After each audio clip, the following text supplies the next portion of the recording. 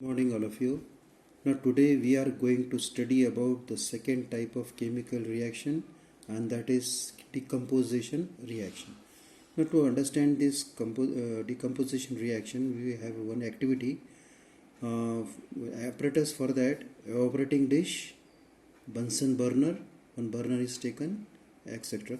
Then chemicals required in this: sugar, our daily use sugar we can take, then calcium carbonate, CaCO3, then sulfuric acid.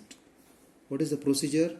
Take some sugar in an evaporating dish and heat it with the help of a Bunsen burner.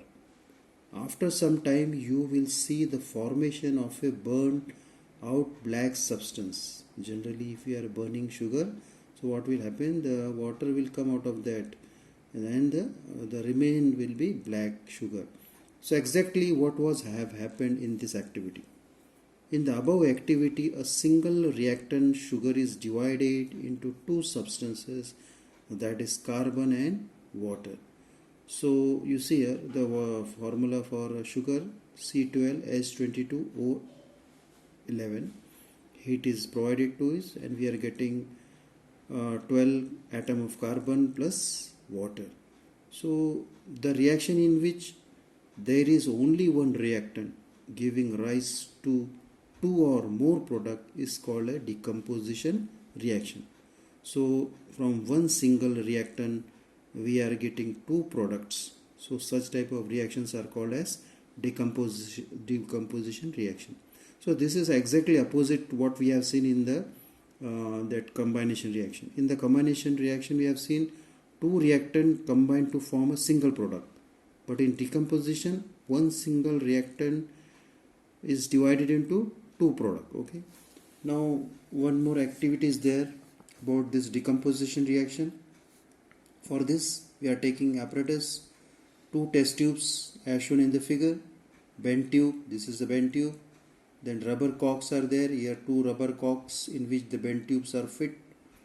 Then burner is there. Burner is there. Okay.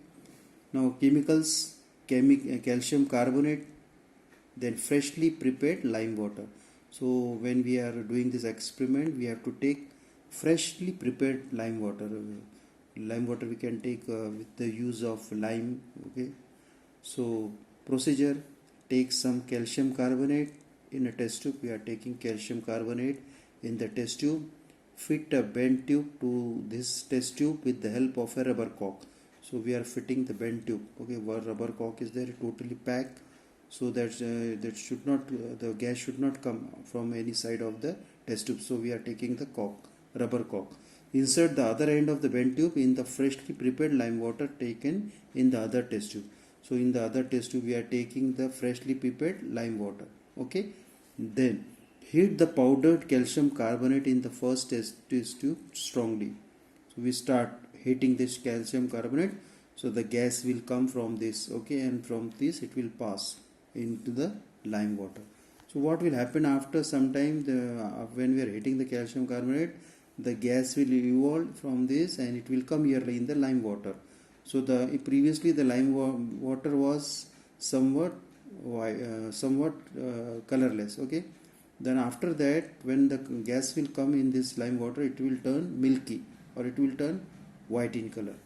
So we saw in the above activity that calcium carbonate undergo decomposition reaction, and the carbon dioxide gas form turns the lime water milky.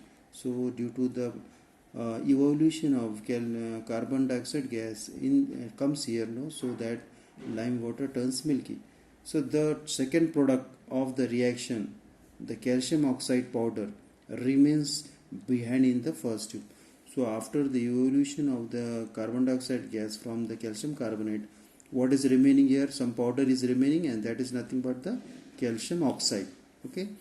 So similarly in another reaction, equation 17, here it is given equation 17, hydrogen peroxide naturally undergoes slow decomposition into water and oxygen. So in this, this is a hydrogen peroxide. So it goes decomposition to form water and oxygen. So this is the 16th equation number 16 up to here. and this is the equation number 17. So 16 and 17 both are decomposition reaction. They are example of decomposition reaction. Now we have studied in the previous standard that water decomposes into hydrogen and oxygen gases on passing electric current through acidulated water. So the water contained acid, that is called as acidulated water. So this decomposition takes place by means of electric energy.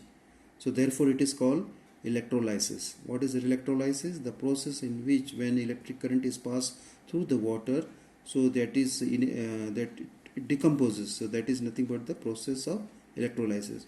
So you see here, water, when electric current is passed through here, it is decomposed of hydrogen and oxygen. Now the chemical reaction in which two or more products are formed from a single reactant is called decomposition reaction. So this is the definition of decomposition reaction. We will stop here. Thank you.